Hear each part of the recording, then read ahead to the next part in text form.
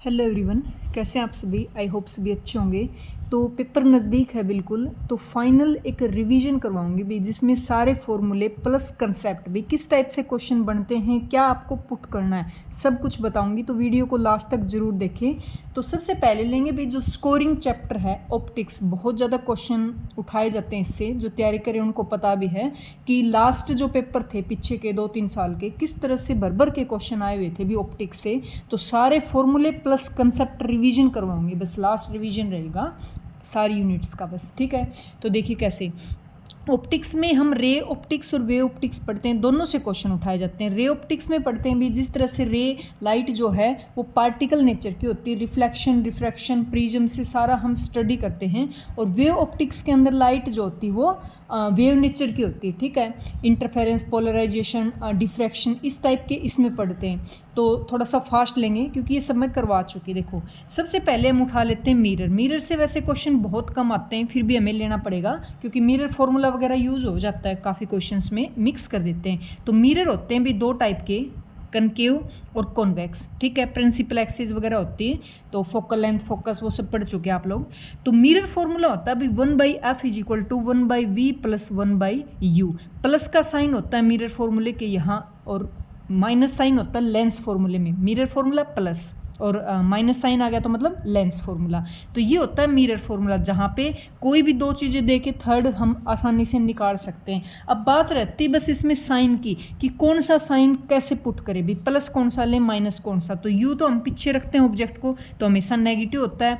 अगर इमेज जो है वो रियल बने, मान लो कि इमेज जो है रियल बने, ये सभी केसेस के लिए आगे लेंस के लिए भी इमेज रियल होगी। रियल कब बनती है, जब ऑब्जेक्ट रखे उसकी दूसरी साइड मिले भाई, दूसरी साइड मिले तो वहाँ भी हमेशा क्या होता है, पॉजिटिव होता है भी। अगर इमेज जो है वो वर्चुअल मिले तो वो वर्चुअल का मतलब होता है जहां ऑब्जेक्ट रखा है उसी की सेम साइड मिलेगी। ये इंपॉर्टेंट कंसेप्ट है, इसको ध्यान रख लेना। रियल इमेज हमेशा दूसरी साइड मिलती है, मतलब वी पॉजिटिव होगा, और वर्चुअल इमेज हमेशा ऑब्जेक्ट की सेम साइड बनती है। सेम साइड मतलब वी क्या होगा, नेगेटिव होगा। इसकी रेडियस पीछे की तरफ बनेगा ये, तो रेडियस नेगेटिव है। ये आगे की तरफ सर्कल बनाएगा, इसके रेडियस पॉजिटिव। इस तरह के साइन का बड़ा रोल होता है। क्वेश्चन साइन पे डिपेंड करते हैं, फॉर्मूला तो ये हर कोई याद रख सकता है।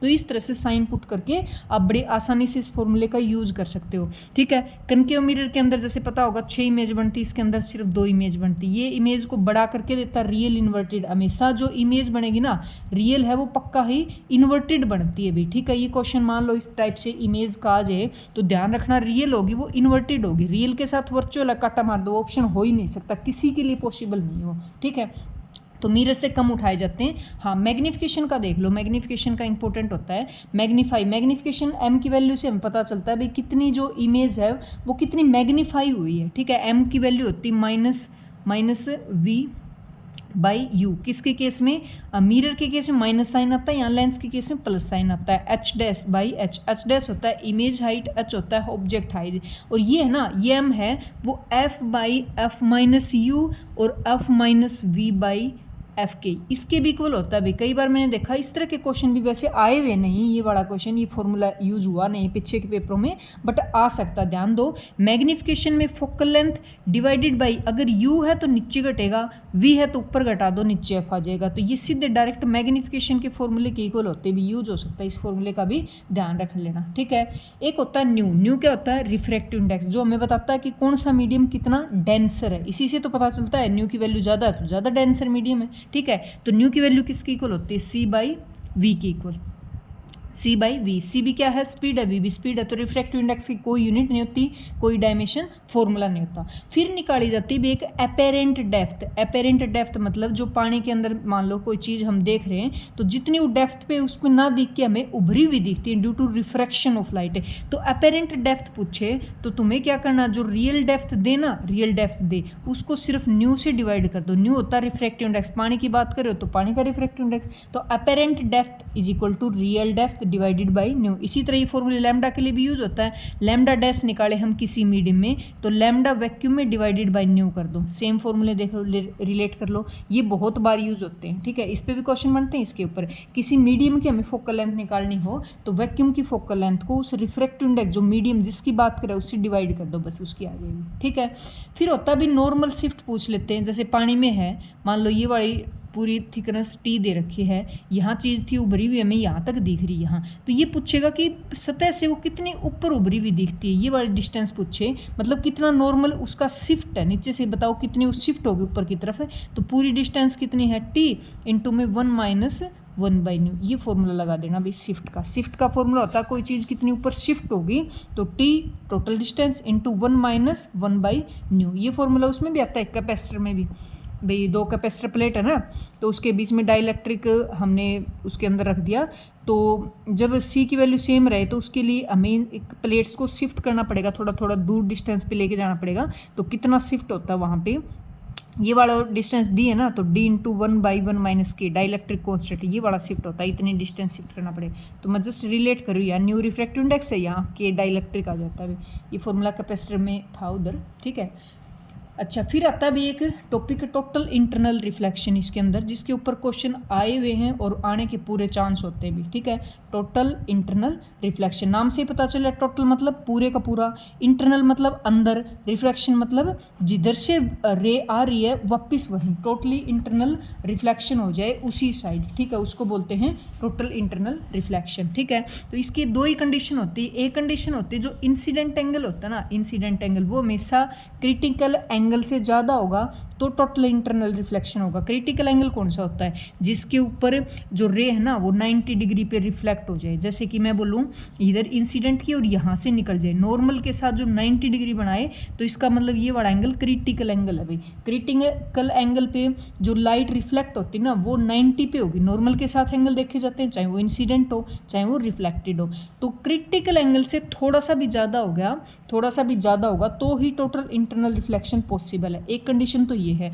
दूसरी क्या है, जो लाइट है ना, रे है, वो डेंसर टू रेयर मीडियम जानी चाहिए भी, ना कि rare to denser, denser to rare जाएगी तो ही टोटल इंटरनल रिफ्लेक्शन पॉसिबल है, अदरवाइज पॉसिबल नहीं है। जिस तरह से एग्जाम में क्वेश्चन पूछा गया था, ऐसे रे था, ऐसे रे दे रखी थी, ये दे रखी थी, ये दे रखी थी, इस तरह से, जैसे ये थी ए, ये थी बी, सी, डी, ई लगा लो, ई, तो ये बोल रखा था भाई ए जो है, ए और ए उस वो टोटल इंटरनल रिफ्लेक्शन कर रही है, इसका मतलब हमें पता चल गया ये इधर से इधर जा रही है, इसके अंदर टोटल इंटरनल है, तो ये डेंसर है, ये रेयर है, तो ये रेयर है, तो डी और ई रेयर टू डेंसर जा रही, इनके अंदर नहीं होगा, इनके अंदर नहीं होगा। इस तरह से हम एलिमिनेशन मेथड से बहुत आसानी तक वो क्वेश्चन सोल्व कर चुके थे भी, क्योंकि एक रे का उसने दे दिया भी इसके अंदर टोटल इंटरनल रिफ्लेक्शन हो रहा है, इसका मतलब वो डेंसर टू रेयर जा रही, तो इधर डेंसर है इधर रेयर है, तो रेयर टू डेंसर होगा ही नहीं, तो 2 में सीधा इकट्ठा मार दो, 90 पे नहीं होगा, क्योंकि नॉर्मल के साथ 0 एंगल है, क्रिटिकल एंगल से ज़्यादा होना चाहिए, ये भी नहीं होगा। इस तरह से बड़े आसानी से 2 ही रूल हैं भाई, incident angle is greater than critical angle, and light जो है, रे जो है, डेंसर टू रेयर मीडियम जानी चाहिए, ठीक है। फिर इसके अंदर रिफ्रैक्टिव इंडेक्स का फॉर्मूला होता है भाई, क्रिटिकल एंगल के साथ mu refractive index is equal to 1/sin c for critical angle, ठीक है। और न्यू का फॉर्मूला क्या होता है, c/v के बी, ताकि इक्वेट करके भी पता है क्या फॉर्मूले याद होते हैं ना, तो क्वेश्चन में क्या पूछ रहा है उस तक हम बड़े आसानी से पूछ सकते हैं भी। तो ये फॉर्मूला ये इसके इक्वल होता है, ये न्यू के इक्वल ये वाला होता है, अभी मैंने ऊपर बताया, ठीक है। ये तो हो गया भाई मिरर का और अपेरेंट डेप्थ का और टोटल इंटरनल रिफ्लेक्शन का कंसेप्ट पूरा। अब जो क्वेश्चन बरबर के आते हैं, मोस्टली क्वेश्चन आते हैं भी स्फेरिकल लेंसेज के ऊपर, स्फेरिकल लेंसेज का पूछा जाता है भाई, ठीक है। इस पे मैंने देखा बहुत बार क्वेश्चन आए हुए हैं, हराने के पूरे चांस यहीं से होते हैं भाई। देखो स्फेरिकल लेंसेज है ना, क्या पूछेगा आप, 2 होते हैं, कॉन्वेक्स भी और कॉनकेव भी। इसमें कंडीशन क्या होती है, रेयर टू डेंसर भी पूछ सकता है और डेंसर टू रेयर भी, दोनों कंडीशन बनती भी। कन्वेक्स होता है बाहर की तरफ उभरा हुआ, बाहर की तरफ उभरा हुआ, तो रेयर टू डेंसर है तो बाहर की तरफ उभरा हुआ ऐसे मिलेगा। देखो बाहर की तरफ उभरा हुआ है, यहाँ रेयर है, इधर ग्लास हमें इधर करना, तो ये डेंसर हो गया। डेंसर टू रेयर लो तो पहले डेंसर ले लो, बाहर की तरफ उभरा हुआ, ये बात कर रही हूँ मैं सिर्फ कॉन्वेक्स की। ये कौन सा हुआ, डेंसर टू रेयर। कनकेव का भी ले लो, देख लो अंदर की तरफ पिचका हुआ होता है, रेयर टू डेंसर करो, रेयर टू डेंसर, रेयर इधर है डेंसर इधर है, डेंसर इधर बना दो, अंदर पिचका हुआ है अंदर पिचका हुआ, ठीक है। इधर डेंसर टू रेयर करो तो डेंसर बनाओ, पहले डेंसर लेना है, अंदर की तरफ पिचका हुआ ऐसे कर दो, तो इधर रेयर बच गया इधर डेंसर हो गया। ये तो हो गया डायग्राम समझने के लिए, क्योंकि साइन का बड़ा रोल होता है, मैंने बताया डायग्राम जरूरी इसलिए। अब देखो फॉर्मूले बनते हैं, सिर्फ 2 फॉर्मूले इनमें, ठीक है। रेयर टू डेंसर सेम फॉर्मूले दोनों में, डेंसर टू रेयर सेम फॉर्मूले, पर साइन का रोल है मैं बता रही हूँ कैसे समझो।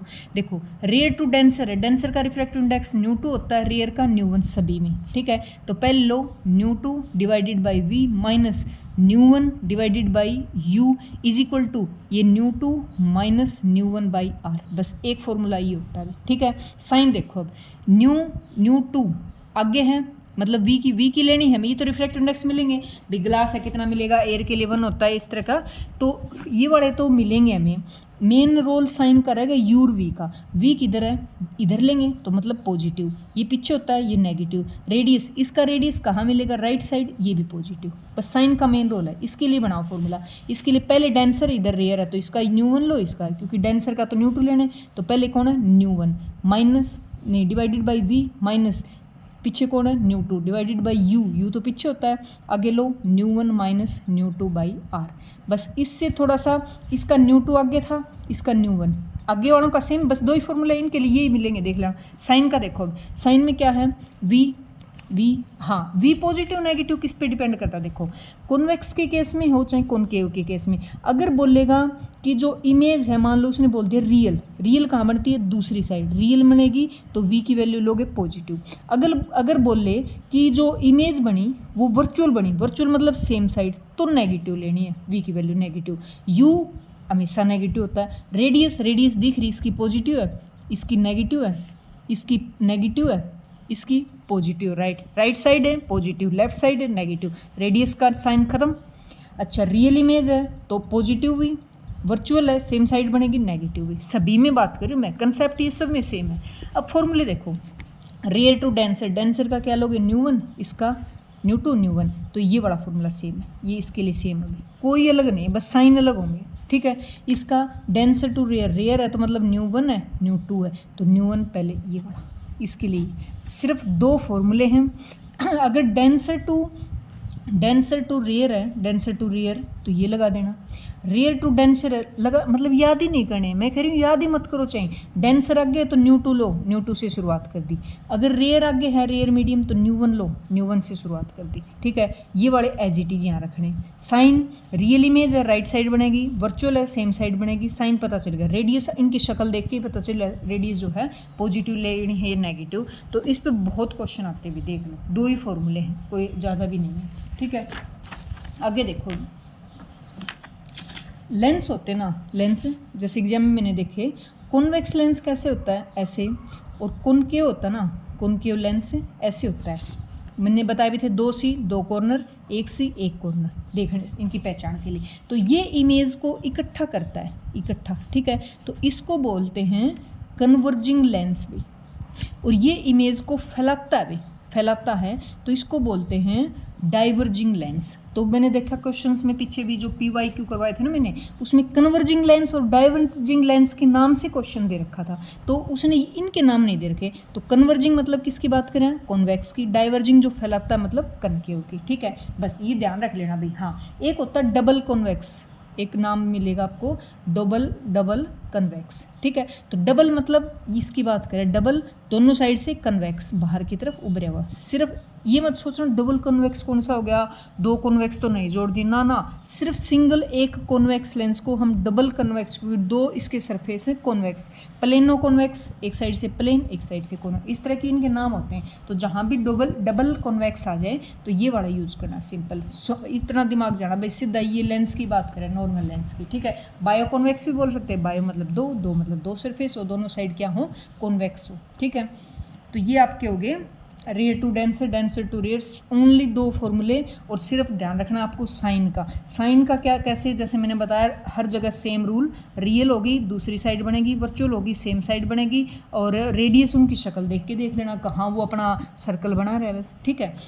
एक पीछे भी वो आया हुआ था भाई, एक पीछे भी फर्स्ट प्रिंसिपल फोकल लेंथ और सेकंड प्रिंसिपल फोकल लेंथ दोनों पूछ लेते हैं। डायरेक्ट फोकल लेंथ का फॉर्मूला होता है भाई -u1r बाई ν2 माइनस ν1, और सेकंड फोकल लेंथ पूछे तो ν1 की जगह बस ν2 कर दो, ν2r बाई ν2 माइनस ν1, ये वाला फर्स्ट प्रिंसिपल फोकल लेंथ और सेकंड प्रिंसिपल फोकल लेंथ के 2 फॉर्मूले हैं बस, ठीक है।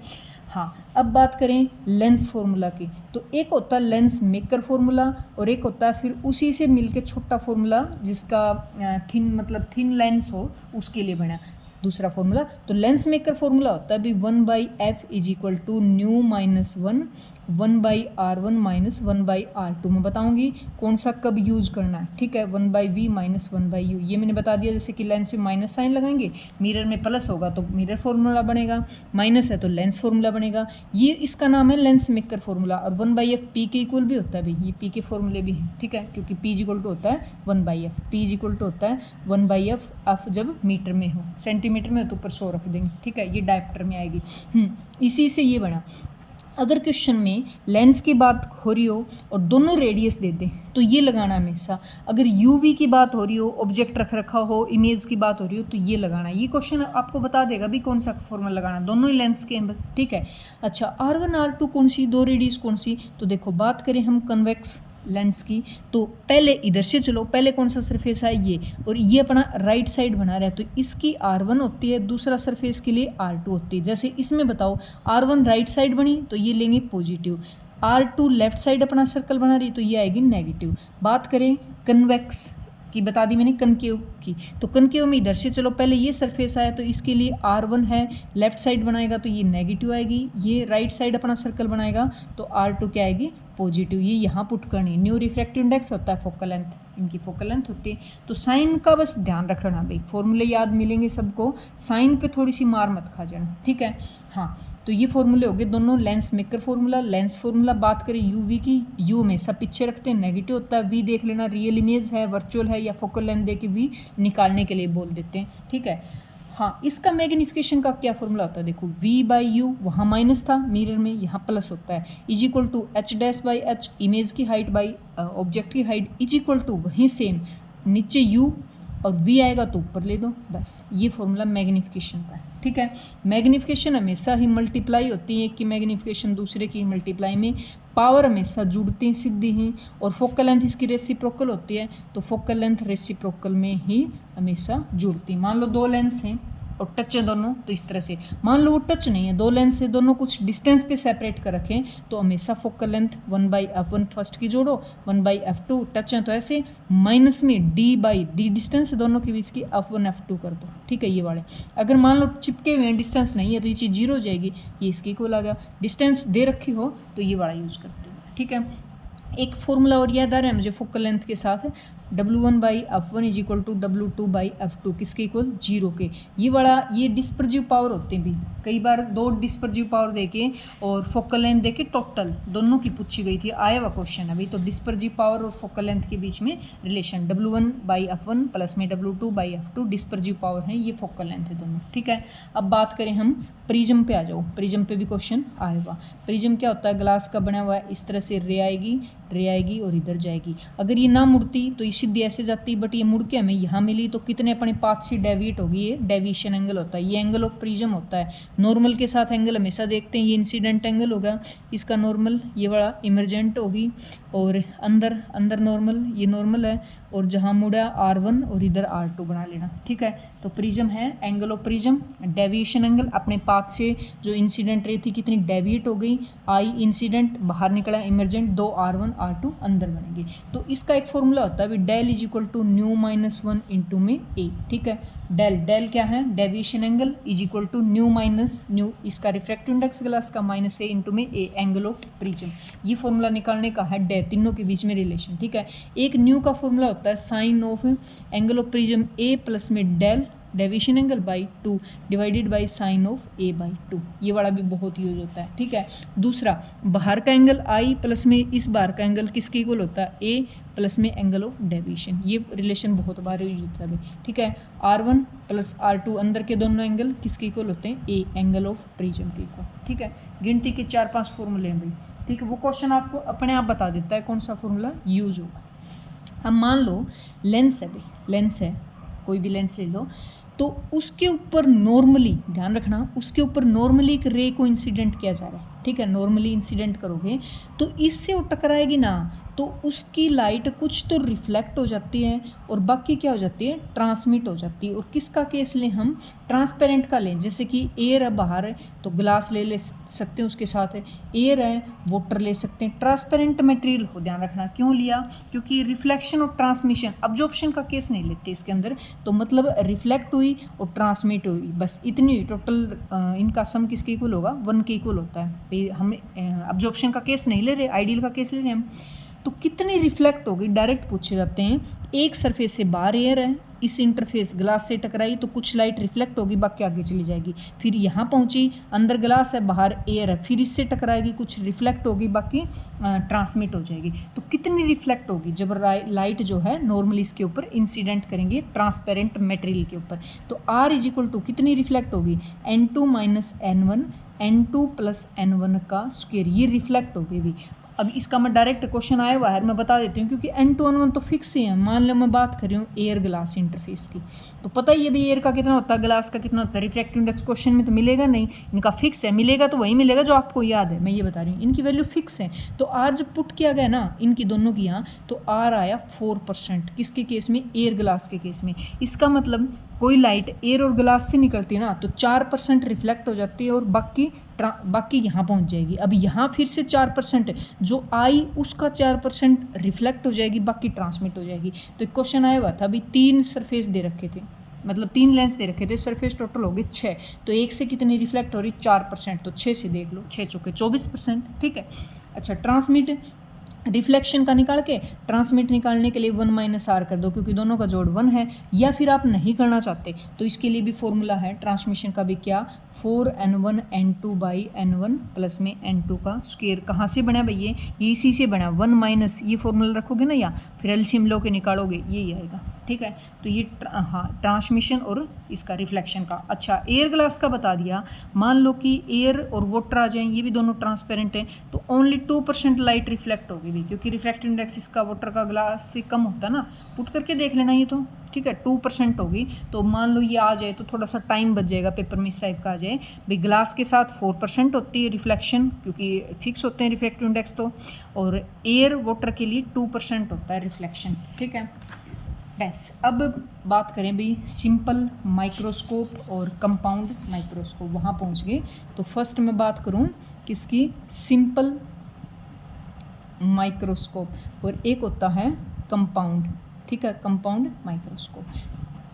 तो देखो सिंपल के लिए मैग्नीफाइंग पावर निकालेंगे ना, तो m is equal to 1 plus D by F, ये होता है कब, जब जो इमेज बनेगी वो फाइनाइट पे बने, और मान लो कि इमेज इन्फिनिटी पे बने तो 1 को हटा दो, m is equal to D by F हो जाएगा। बस d क्या होता है, डिस्टेंस तो नॉर्मल आइज के लिए 25 सेंटीमीटर होते हैं ना, वही पुट करनी है, और फोकल लेंथ आपको मिलेगी, तो आराम से आप मैग्नीफिकेशन पावर निकाल सकते हो, किसके लिए, सिंपल के लिए, ठीक है। अब बात करें कंपाउंड के लिए, 2 लेंस होते हैं, आई लेंस, ऑब्जेक्टिव लेंस इसके केस में। तो मैग्नीफिकेशन का फॉर्मूला होता है, मैग्नीफिकेशन क्या होता है, 2 लेंस है तो m1 और m2 दोनों की मतलब मल्टीप्लाई हो जाएगी, तो ये तो रहेगा ही, ठीक है। 1 प्लस में d और एफ ई इंटू में इसकी खुद की हो जाएगी माइनस में लेंथ बाई एफ ऑब्जेक्टिव, ठीक है। एल होता है दोनों लेंस के बीच का डिस्टेंस है, और ये ऑब्जेक्टिव लेंस की फोकल लेंथ, ये आई लेंस की फोकल लेंथ, ठीक है। किसके केस में, कंपाउंड माइक्रोस्कोप के केस में। अब देखो मान लो ये है फाइनाइट, जब इमेज मिले, इनफाइनाइट पे मिले तो 1 को उड़ा दो यहाँ से, L by F note into में डी बाई एफ ई, ठीक है। डी डिस्टेंस, डी की वैल्यू होती है भी 25 सेंटीमीटर, नॉर्मल आई, जहाँ से नॉर्मल देखना मतलब आसान है, जहाँ से अच्छा खासा दिखता है, नॉर्मल एक पॉइंट लगा लो, नॉर्मल आई पॉइंट डी की, ठीक है, मिल भी जाती है क्वेश्चन में 25 सेंटीमीटर। तो focal length, objective lens, eye lens, distance दोनों लेंस के बीच की, तो ये फॉर्मूला होता है। ये इन्फिनिटी के लिए 1 अट जाता है, और फाइनाइट के लिए जब इमेज फाइनाइट पे हो तो 1, सिंपल कंपाउंड माइक्रोस्कोप। अब बात करें, एक टेलीस्कोप होता है, 3 ही है बस, 3 के क्वेश्चन आते भी हैं अभी, ठीक है। तो टेलीस्कोप में देखो m मैग्नीफिकेशन पावर हो जाएगी, यहाँ l हट जाएगा, क्योंकि दोनों का डिस्टेंस निकालोगे कैसे, तो एक इसका उल्टा कर दो, एफ नोट ऑब्जेक्टिव था ना, वो ऊपर चला जाएगा, तो नीचे आ जाएगा आई, और 1 प्लस में ये इसका उल्टा कर दो, एफ ई बाई डी, इसका अपोजिट है भाई, देख लो, मतलब अपोजिट का मतलब उल्टा कर दिया हमने, ठीक है, ऊपर वाले का। ये देखो इसमें डी था, नीचे चला गया, divided by F E, D था नीचे चला गया, डिवाइडेड बाई एफ ई, ठीक है। और ये लेंथ तो हटा ही दी यहाँ से, ये ऊपर चला जाएगा। तो focal length of objective lens divided by focal length of eye lens into 1 plus में एफ ई बाई डी। ठीक है, ये किसके लिए था, जब लीस्ट डिस्टेंस की बात करें, मान लो इमेज जो है वो इन्फिनिटी पे फॉर्म हो हमारी, तो सिर्फ F note by F E reciprocal of objective lens, ध्यान रखना ओ ऊपर आएगा, objective lens divided by eye lens magnification के लिए। ठीक है, तो ये खत्म होता है अभी यहाँ से। अब वेव ऑप्टिक्स शुरू करेंगे, रे ऑप्टिक्स खत्म हो गया, वेव ऑप्टिक्स के बस यही थे, देख लो क्या क्या थे, रिवीजन करो। Mirror formula, lens maker formula, spherical में rare to dense, dense to rare, दो ही फॉर्मूले थे। बस बात करें रियल इमेज बने वो या वर्चुअल बने, प्रिज्म के थे बस फॉर्मूले, बस ये था, देख लो। रिफ्लेक्टिविटी कितना रिफ्लेक्शन हुआ, ट्रांसमिशन कितना हुआ। ठीक है, अब बात करें वेव ऑप्टिक्स की भी। ठीक है, तो वेव ऑप्टिक्स में अगर पॉइंट सोर्स हो, अगर अपना पॉइंट सोर्स हो तो उसके लिए ये डायरेक्ट क्वेश्चन आ जाता है भी इस तरह का, पॉइंट सोर्स हो तो जो वेव फ्रंट बनेंगे ना वो कैसे बनते हैं, स्फेरिकल। अगर लाइन सोर्स हो तो कैसे बनते हैं, सिलेंड्रिकल। और बहुत दूर हो, सोर्स बहुत दूर हो तो वेव फ्रंट कैसे हैं, प्लेन वेव फ्रंट बनेंगे, क्योंकि दूर से वो प्लेन की तरह दिखेगा तो वो प्लेन वेव फ्रंट। ये क्वेश्चन आज स्टेट में पूछा गया था भाई, बहुत दूर जब अपना सोर्स हो तो जो वेव फ्रंट होंगे वो कैसे होंगे, प्लेन वेव की तरह के दिखेंगे। ठीक है, अच्छा फिर इसके अंदर इंटेंसिटी और एम्पलीट्यूड होता है भी, तो इंटेंसिटी होती है एम्पलीट्यूड के स्क्वायर के इक्वल। तो इनमें दो वेव जब सुपरिम्पोज की जाएं तो उनकी जो फाइनल इंटेंसिटी या फाइनल एम्पलीट्यूड निकालें तो कैसे निकालेंगे, देखो ए स्क्वायर फाइनल निकालें दो के लिए, तो फर्स्ट का एम्पलीट्यूड जोड़ दो, सेकंड का जोड़ दो, 2ab cos ऑफ फाई। तो इंटेंसिटी हो जाएगी, इसकी जगह क्या हो जाएगा I1 प्लस में I2 प्लस में 2, इसकी जगह क्या लिखेंगे रूट ऑफ I1 I2, क्योंकि देखो ये स्क्वायर की फॉर्म में होती है, इसकी वैल्यू इधर रूट लेना पड़ेगा, cos ऑफ फाई। ठीक है, अच्छा आई मैक्स कैसे निकालेंगे फिर, तो root of I1 minus root of I2 का स्क्वायर। देखो इसका स्क्वायर खोलो, ए स्क्वायर यही है प्लस में बी स्क्वायर, मिनिमम का निकाल दिया, मैक्सिमम में तो प्लस आ जाएगा। ठीक है, और आई मिनिमम निकालोगे तो यहाँ माइनस ले दो, I1 minus root of I2 का स्क्वायर। खोल लो, देखो स्क्वायर करोगे A square minus B square क्या होता है, ए स्क्वायर प्लस में बी स्क्वायर, तो माइनस में साइन यहाँ माइनस आ जाएगा। मिनिमम के केस में, मैक्सिमम के एज इट इज, ये रिजल्ट क्या होता है, A square plus B square plus 2ab cos of theta, तो ये वाला है। ठीक है, अच्छा अगर किसी मीडियम में, ये वैसे हम बता भी चुकी, किसी मीडियम में वेवलेंथ निकालनी हो, में क्वेश्चन आया हुआ था ऐसे कि कोई रे थी, कोई वैक्यूम में चल रही थी, मीडियम में चल रही थी, तो दोनों में वेव का डिफरेंस था 1 था, मतलब मीडियम में एक वेवलेंथ ज़्यादा आ रही थी। तो मीडियम में वेवलेंथ निकालेंगे कैसे, वैक्यूम वाली से रिफ्रैक्टिव इंडेक्स का डिवाइड कर दो बस। ठीक है, अच्छा और देखो कंस्ट्रक्टिव इंटरफेरेंस में पाथ डिफरेंस होता है, पाथ डिफरेंस कंस्ट्रक्टिव में वो n लैम्डा होता है, और डिस्ट्रक्टिव इंटरफेरेंस में path difference 2n minus 1 lambda by 2। ठीक है, ये डिस्ट्रक्टिव और ये कंस्ट्रक्टिव इंटरफेरेंस। ठीक है, अच्छा कोहेरेंट सोर्स होते हैं जिसमें सेम वेवलेंथ होती है, सेम फ्रीक्वेंसी होती है, सेम फेज होता है, कांस्टेंट फेज डिफरेंस होता है। तो कोहेरेंट सोर्स हम बना भी सकते हैं दो मेथड से, ये आया हुआ क्वेश्चन अभी। कोहेरेंट सोर्स बनाने के दो मेथड होते हैं, by division of wave front का डिवीजन करके उनका सुपर इम्पोज करवाना, दूसरा है बाय डिवीजन ऑफ एम्पलीट्यूड का डिवाइड करके। वेव फ्रंट होते हैं भी, जैसे कि दो डबल स्लिट एक्सपेरिमेंट लिया, एक सोर्स से दो में निकली तो वेव्स का वेव फ्रंट बने ना, उनका डिवाइड करके सुपर इम्पोज करवाना, ये तो होता है वेव फ्रंट। और एम्पलीट्यूड होता है, कोई लाइट है तो किसी स्लिट से टकर के और रिफ्लेक्ट हो गई, कुछ आगे चली गई और रिफ्लेक्ट होकर आगे चल के फिर उनका दोबारा मिलना, रिफ्लेक्ट हुई मतलब उसका एम्पलीट्यूड था रे का, वो डिवाइड हो गया। तो इस तरह से एम्पलीट्यूड डिवाइड करके फिर उनका सुपर इम्पोज करवाना, वो होता है भी by division of amplitude. But दोनों में कोहेरेंट सोर्स बनाए जाते हैं भी। तो ये स्टेट में पूछा गया क्वेश्चन है भी, वेव फ्रंट के अंदर कौन कौन से आते हैं, जैसे कि मैं बात करूँ स्लिट हमने ली, यंग डबल स्लिट एक्सपेरिमेंट, तो स्लिट हो गया, मिरर हो गया, ठीक है, लेंस से भी कर सकते हैं, प्रिज्म से भी कर सकते हैं। इसके example young double slit experiment, division of wave front की बता रही हूँ मैं, ठीक है, बाय प्रिज्म और फिर लियोर्ड मिरर, 3 थे बस। इसका मैं वैसे टेलीग्राम पे भेज भी दूंगी मैं, ये वाले बुक में बिल्कुल एज इट इज इनकी अच्छी डेफिनेशन विद एग्जांपल दे रखे, वो मैं डाल दूँ टेलीग्राम पे। ठीक है, डिवीजन ऑफ एम्पलीट्यूड में जिस तरह से बात करें भी, न्यूटन रिंग वाला है, न्यूटन रिंग वाला रिंग है, फिल्म है कोई, थिन फिल्म की बात करें, या फिर ट्रांसपेरेंट मटेरियल जैसे कोई सोप फिल्म होगी, ऑयल फिल्म होगी, तो इस तरह के किस में आते हैं भी, डिवीजन ऑफ एम्पलीट्यूड में आते हैं। इसका मैं टेलीग्राम पे भेज दूंगी भी, कुछ इंपॉर्टेंट फॉर्मूले जो बुक में उसमें टेबल्स भी बना के अच्छे से दे रखे हैं, और जो ये बता रही हूँ मैं डिवीजन ऑफ वेव फ्रंट वाला, ये वाला भी, ठीक है। तो अब इसके इंपॉर्टेंट रह गए भाई, एक तो रह गया यंग डबल स्लिट एक्सपेरिमेंट है, और कंपैरिजन करके लिखेंगे ताकि अच्छा याद हो जाए, और दूसरा क्या, डिफ्रैक्शन, ठीक है। तो इसके अंदर क्या क्या फॉर्मूले हैं, इसके अंदर क्या क्या है, तो देखो यंग डबल स्लिट एक्सपेरिमेंट सबने थोड़ी पढ़ ली होगी। एक स्लिट है, उससे लाइट निकली, 2 स्लिट से पास होके और इंटरफेरेंस किया, तो फ्रिंज बने, डार्क फ्रिंज, ब्राइट फ्रिंज, और डार्क और ब्राइट फ्रिंज बने ना, सबकी सेम विड्थ थी, और डार्क थे वो 0 इंटेंसिटी के बने, और ब्राइट थे वो सभी की इंटेंसिटी थी वो सेम मिल रही थी। किसके केस में, यंग डबल स्लिट एक्सपेरिमेंट। अब ये पूछ लिया जाए भाई जो फ्रिंज बने, तो 5वां जो ब्राइट है वो बताओ, छठा ब्राइट है उसका वो बताओ डिस्टेंस है। तो देखो उसके लिए ब्राइट के लिए फॉर्मूला होता है, एक्सन की वैल्यू निकाले N lambda D by D, ये वाला एक बार समझ लो। और डार्क के लिए कोई निकाले ना, डार्क 5वें नंबर का डार्क, तो 2n minus 1 lambda D by, lambda by 2 होता है तो 2d हो जाएगा। ये डार्क, ये किसके लिए बताया मैंने, ब्राइट के लिए। ये किसके लिए बताया मैंने, डार्क के लिए, ठीक है। कौन से नंबर का निकाले। अच्छा डी कौन सा होता है, डी होता है, अभी ये मान लो स्क्रीन है और ये मान लो 2 स्लिट थी यहाँ स्लिट, तो ये डिस्टेंस कैपिटल डी होती है, स्लिट की डिस्टेंस स्मॉल डी होती है, लैम्डा वेवलेंथ होती है। तो क्या कैसे याद रखना तुम्हें, लैम्डा यहाँ वेवलेंथ पहुँची उसकी, तो lambda D by D, lambda D by D ये कर देना। और ब्राइट के अंदर N lambda D by D, और डार्क के अंदर 2n minus 1 lambda D by D, N की वैल्यू जो भी पूछेगा, ठीक है। तो एक इसके अंदर इंपॉर्टेंट फॉर्मूला होता है भी, फ्रिंज विड्थ या फिर लीनियर विड्थ भी बोलते हैं, beta lambda D by D, ये वाला। इसके ऊपर बहुत क्वेश्चन आए हैं भाई, यंग डबल स्लिट एक्सपेरिमेंट में beta is equal to lambda D by D, ठीक है। एक एंगुलर विड्थ भी होती है, D is equal theta is equal to निकाले लैम्डा बाई डी, ये वाला, ठीक है।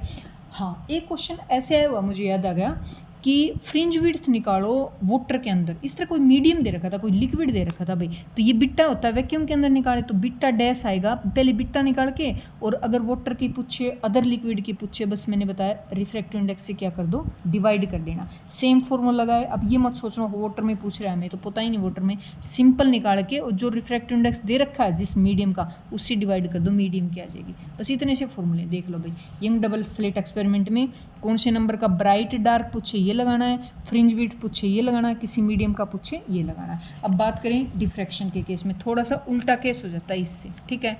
जैसे इसके अंदर क्या होता है, इसके अंदर बीच वाले की तो इंटेंसिटी बहुत ज़्यादा होती है आई नोट, और फिर इंटेंसिटी बहुत ज़्यादा कम होती चली जाती है ऐसे। तो सेंट्रल मैक्सिमा पूछे ना, एक तो क्वेश्चन बनता है इसका सेंट्रल मैक्सिमा पे, जो बहुत बार आया हुआ है सेंट्रल मैक्सिमा का, जिसका फॉर्मूला होता है भी लैम्डा डी बाई डी, और 2 लग जाता है। देखो इसका क्या था, लैम्डा डी बाई डी, ये बड़ा फ्रिंज विड्थ, और इसका सेंट्रल मैक्सिमा में 2 लगा दो, डिफ्रैक्शन के केस में 2 लैम्डा डी बाई डी, ठीक है।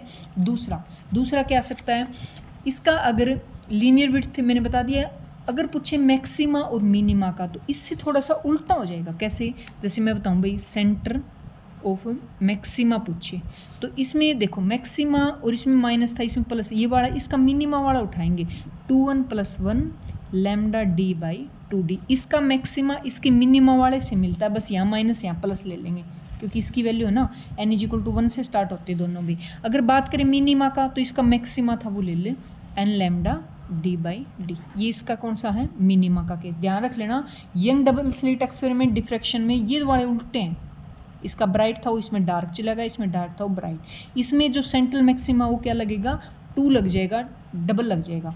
इंटेंसिटी मैंने बताया इसमें सारे में सेम होती, जो इंटेंसिटी थी, जो मैक्सिमा की इंटेंसिटी थी, वो सब में सेम होती। इसकी बहुत डाउन चली जाती है। जैसे दूसरे की बात करें, इसकी निकालो तो इस वाले की 4.5% ऑफ आई नोट होती है, अगली 1.6% ऑफ आई नोट, अगली 0.8% ऑफ आई नोट कौन सी, सेंटर वाले। ये भी स्टेट में क्वेश्चन आया हुआ है। इस तरह से बहुत फास्टली गिरती चले जाते हैं, ठीक है, इंटेंसिटी कम होती चली जाती है। 4.5% of I note, 1.6% of I note, 0.8% of I note. Ratio भी पूछ लेते हैं इसका, ठीक है। लास्ट बच गया भाई पोलराइजेशन का।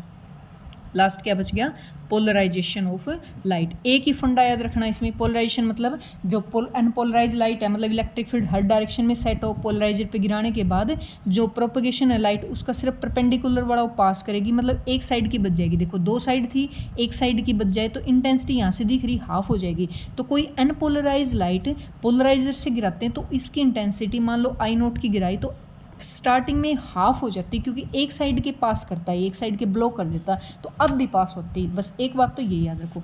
दूसरा, इसका एक लो पे काम करता है, I is equal to I naught cos के थीटा पे निकलेगी। तो मान लो 3 पोलराइजर थे ऐसे, और मैंने बताया ये वाला और ये वाला क्वेश्चन में ऐसे आता है, ये फर्स्ट और थर्ड 90 डिग्री एक दूसरे के, ये ऐसे है तो ये ऐसे है। तो दूसरे को हम किस एंगल पे रखें कि इंटेंसिटी निकले, दे देगा यहाँ वैल्यू इतनी निकले, ठीक है। तो क्या करना तुम्हें, यहाँ आई नोट थी, फर्स्ट पोलराइजर से पास होगी हाफ हो जाएगी, दूसरे ये वाली इंटेंसिटी इस पे गिरी यहाँ से पास होगी, हमेशा ये फॉर्मूला लगेगा किसी से पास हो भाई। तो क्या लगाओगे, आई इज इक्वल टू कितनी आई इंटेंसिटी, ये वाली आई, आगे लगा दो कोस के थीटा। फिर यहाँ से निकली तो ये वाली अब इसके ऊपर गिरी, निकलेगी क्या, I is equal to I naught cos के थीटा। फिर लगा दो ये आई नोट की वैल्यू, ये वाली इतनी गिरी इंटू में कोस थीटा। कोस थीटा होता है फर्स्ट सेकंड के बीच में कितना थीटा, सेकंड थर्ड के बीच में कितना थीटा। कई बार क्वेश्चन क्या पूछते हैं, एंगल पूछ लेते हैं, बीच वाला बताओ भाई किस एंगल पे रखें कि यहाँ से इंटेंसिटी निकले वो इतनी निकले, दे देगा अगला। तो सीधा फॉर्मूला लगाते जाओ, तुम अपने हिसाब से निकालो इंटेंसिटी, अगले दे उसके बराबर रख दो कोस थीटा। कई बार क्या होगा कि यहाँ से इंटेंसिटी की लाइट दे देगा, इतनी इंटेंसिटी अनपोलराइज लाइट गिराई तो ये इतने, जैसे ये 45 पे, ये इसके साथ 45 पे, तो यहाँ से निकली वो कितनी निकली। तो सीधा एक फॉर्मूला, बस सिंपल एक फॉर्मूला याद रखना भाई, ये थीटा है जहाँ से निकली उसका और जहाँ से आ रही दोनों के बीच का एंगल, ठीक है। अच्छा, और इसमें क्या आ सकता है भाई, हाँ बूस्टर एंगल का भी आता है, mu is equal to 10 refractive index के। एक होता है भाई पाथ डिफरेंस, फेज डिफरेंस, दोनों के बीच में रिलेशन पता होना चाहिए। फेज डिफरेंस होता है 2π/λ इंटू में पाथ डिफरेंस। पाथ डिफरेंस होता है कोण कितनी आगे चल रही, फेज होता है कोण एक रे है दूसरी से कितना एंगल आगे चल रही, कितना एंगल आगे चल रही। कई बार एक क्वेश्चन ऐसे भी डाल देते हैं भाई, अनकोरेंट लाइट है सेम फेज की, तो आई मैक्सिमा निकालते हैं ना, मैक्सिमा की इंटेंसिटी के निकालते हैं ना, आई मैक्सिमा की। भाई बहुत सारी वेव हैं, अन वेव लगा लो, और उनके अंदर हम सभी का सेम फेज में, तो मैक्सिमम इंटेंसिटी निकालो सेम फेज में है तो हमेशा इंटेंसिटी में ये कह रहा है, पहले एम्पलीट्यूड, सबके एम्पलीट्यूड को जोड़ दो और इंटेंसिटी निकालने के लिए एम्पलीट्यूड का स्क्वायर हो जाएगा। तो एन वेव है तो एक का एम्पलीट्यूड कितना हो जाएगा, सभी का एम्पलीट्यूड एन हो जाएगा। तो इंटेंसिटी क्या होता है, एम्पलीट्यूड का स्क्वायर, तो ये बनेगी एन स्क्वायर ए स्क्वायर, इसको लिख सकते हैं एन स्क्वायर एम्पलीट्यूड का स्क्वायर इंटेंसिटी। तो ये आ गई आई मैक्सिमा की। दोबारा समझो, एन वेव हैं सेम फेज में हैं, तो मैक्सिमम इंटेंसिटी निकालो सबकी। तो एन वेव है, सबका एम्पलीट्यूड है एन है, तो एन ए एम्पलीट्यूड बन गया सभी का। इंटेंसिटी के लिए क्या करेंगे, स्क्वायर कर देंगे, इंटेंसिटी होती है एम्पलीट्यूड का स्क्वायर, तो एन स्क्वायर बन गया और ए स्क्वायर बन गया। ए स्क्वायर किसके इक्वल होता है, इंटेंसिटी के। ये कब की बात है, आई मैक्सिमा की। अब ये कह रहा है कोहेरेंट सोर्स की बात हो रही है। मान लो सोर्स है इनकोहेरेंट, इनकोहेरेंट क्या भाई, ना तो फ्रीक्वेंसी सेम हो भी सकती, ना हो सकती, कहीं फेज एंगल सेम नहीं है, फेज डिफरेंस कांस्टेंट नहीं है, फेज सेम नहीं है, वेवलेंथ सेम नहीं है, तो इनकोहेरेंट होते हैं। तो ये कह रहा है अब इनकी एम्पलीट्यूड मत जोड़ो, क्योंकि एम्पलीट्यूड जुड़ेगा ही नहीं, कम ज़्यादा है, तो सीधी इंटेंसिटी जोड़ दो। तो एन वेव है तो एन आई बन जाएगी, आई ये इनकोहेरेंट के लिए, तो इनकोहेरेंट के लिए एन आई, ये पूछा गया क्वेश्चन बेस स्टेट में। इनकोहेरेंट है तो सभी का एडिशन एन वेव है तो एन आई बनेगा, अगर कोहेरेंट है तो एन स्क्वायर आई बनेगा। बस इतना ध्यान रख लेना, ठीक है। इस तरह से ये थोड़ी सी बड़ी यूनिट थी, तो दो भी रख लेंगे भाई। पेपर से पहले कोशिश करूँगी मोस्टली का ऐसे इंपॉर्टेंट क्वेश्चंस, मतलब क्वेश्चंस क्या, ये फॉर्मूले, और प्लस में उनके पीछे का कंसेप्ट किस तरह से क्वेश्चन आ सकता है, रिविजन हो जाएगा ना लास्ट टाइम का। ये बहुत ज़्यादा यूजफुल रहेगा भाई, क्योंकि ये याद रहेगा एग्जाम तक, ठीक है। तो वीडियो को लाइक ज़रूर कर देना भाई, और कमेंट करके अपना सुझाव ज़रूर देंगे। ओके।